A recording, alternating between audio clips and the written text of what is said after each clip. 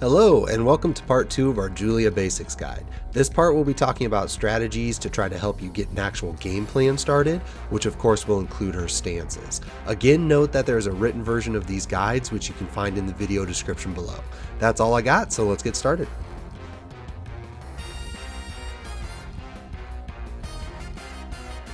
There are 4 ways to enter CES. Pressing 3 or 4 after down, down, forward 1, 1, 2, and while standing 2, or you can simply press 3 plus 4, up 3 plus 4, or down 3 plus 4 in neutral.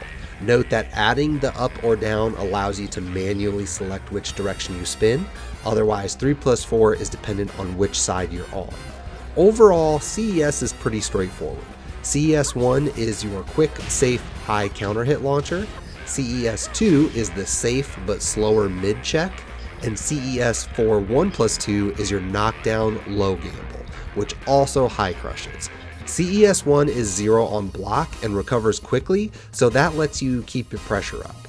CES 3 1 plus 2 is mostly a big read string for aggressive opponents since both hits are unsafe.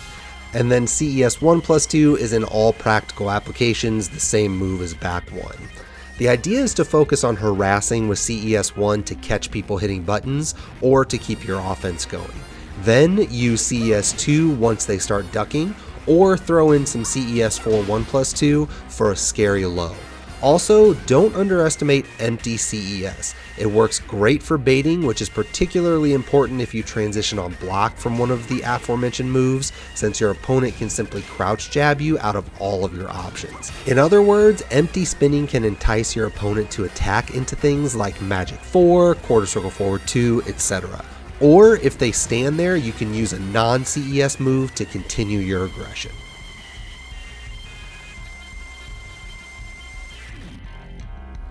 Swift Step is a little more versatile than CES thanks to its other properties. The jump is a true low crush at frame 13 and also has some high evasion to it.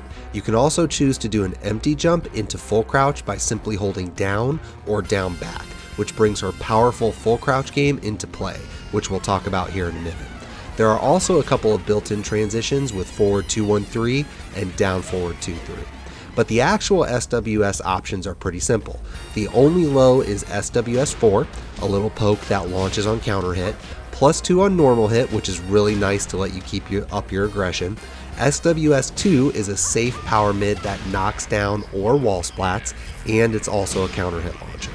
SWS 1 plus 2 is simply a 1 plus 2 break grab, but forward 3 slide 1 is the most abused since it's a long range knockdown splatter at only -3.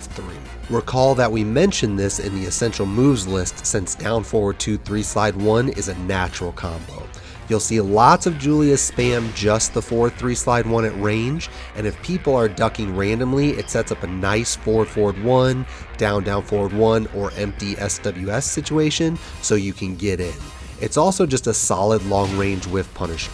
SWS 1 is the exact same move as her while standing one, although doing it directly from the stance is of course quicker than going into full crouch and then doing it from there. You can mostly ignore SWS up forward 3 plus 4 because SWS 1 is quicker, safer, has better range, and can still launch and evade highs just as easily. The only time you might see SWS up forward 3 plus 4 is in a juggle, since it does give some wall carry utility. Overall, SWS is a bit more applicable than CES because it's an advancing stance, so it allows you an easy way to get in. The built-in options are very nice, as is the full crouch recovery option, which is not an option with CES, but like CES, don't forget that doing an empty SWS is always something that's there for you to get in and use any other neutral move that you might want.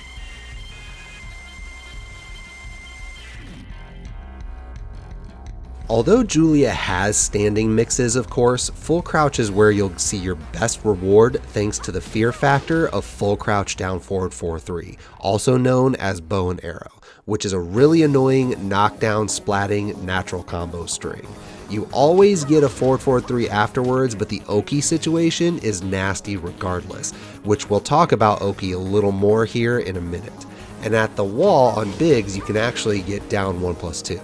If you're not feeling real confident in your reads, you can just poke with full crouch down forward 4.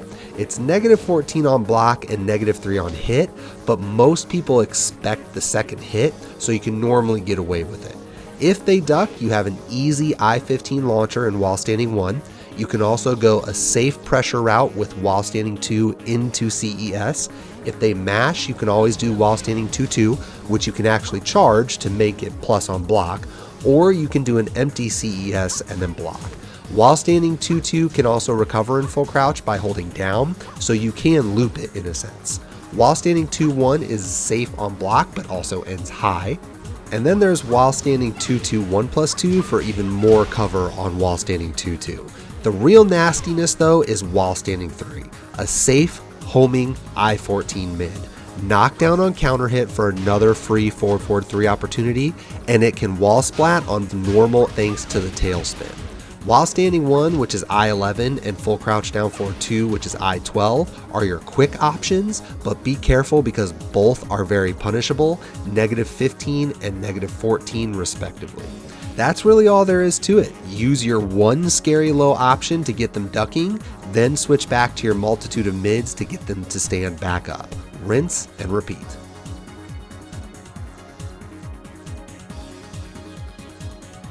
There are a few reasons to be scared of Julia's Oki. The first we've already mentioned, and that's forward 3. It's guaranteed after a lot of stuff such as forward 2, forward 3 slide 1, while standing 2-1, counter hit while standing 3, and so on. But generally, since it hits grounded, anytime your opponent finds themselves on the ground, forward 3 is going to be a nightmare. Combined with that, up forward 3+4, which is her stomp, gives a ground stun that guarantees a forward 3 after, which you'll see commonly at the wall. Pair this with other get-up traps and you'll reap huge rewards. For example, after bow and arrow, if your opponent tries to do anything, you can actually get down 1+2 for more damage than forward 3, but if they stop trying to move to avoid that, and spring kicks can sometimes evade it too, then you can do forward 2 or even up forward 3+4 if you don't think that they can react to it. She also has this nasty 4 slide 2-1, which of course we mentioned as an essential move. Hitting forward 3 on the ground creates the right spacing for the low to hit solo if they happen to tech roll. This leads us also to our neutral discussion.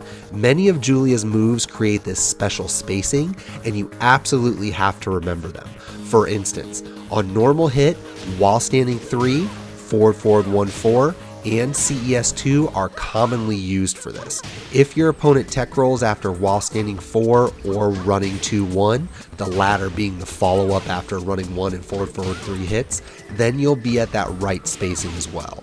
Note that because spacing is such a fluid thing in Tekken, you might have to walk Julia a little forward or backward to ensure you're in the right spot. This takes some practice, but eventually you will get the feel for it so that you won't even necessarily need a setup, you'll be able to do it just from neutral. On that topic, what makes all of this scary is that Julia is a neutral beast. She's extremely nasty with her fast keep out tools such as Magic 4, quarter circle forward 2, up forward 1, back 1, down back 1, 1-1-1, back 4, and common crush tools like her hop kicks. Keep in mind again that her Magic 4 is not safe, but simply showing 4-4 once or twice usually prevents them from trying. Recall that if the second hit of 4-4-1 connects counter hit, it's a launcher. Also, as we pointed out in the essential moves section, learn to visually confirm if 1-1 landed counter hit, since 1-1-1 is -14 on block. But even if your opponent has stopped with their neutral aggression, Julia still has a ton of strings and moves to control space and punish your opponent heavily for challenging after blocking. These help her greatly in gaining mental frames by inducing hesitation in your opponent. Some common moves with powerful string follow-ups are forward 1, down forward 1, down forward 3, down forward 4, 1+2, 1-2-1, and while standing 2. You'll notice that these are mostly fast moves. Overall, Julia is definitely one of the faster characters in the game. And don't forget about running 1 and forward 3 slide 1, which are also fast, commonly spammed moves to get Julia to range 0.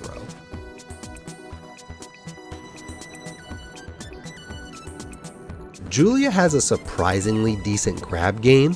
We'll start with the perennial quarter circle back forward 2. Also called Mad Axes, quarter circle back forward 2 is extremely fast at I-10. It's a 1+2 break, but the most notable feature is how long you can store the quarter circle back input, so you can buffer it from just about anything. Unfortunately, you don't get much in terms of really scary Oki, although it's certainly still your turn afterwards. Up forward 1+2 is a 1+2 break. Forward 4-3 guaranteed on everything but a side roll, although if you delay it slightly, it'll still hit a side roll. Down forward 1+4 is a 1 break, similar Oki to up forward 1+2, although nothing is actually guaranteed. Back 2+4 is a 2 break. Keep this in mind with your back to the wall, as it will wall splat where you can get a free forward 4-3. And that's it. I know it's not much, but simply having a 1 and 2 command break along with Mad Axes is a pretty big deal.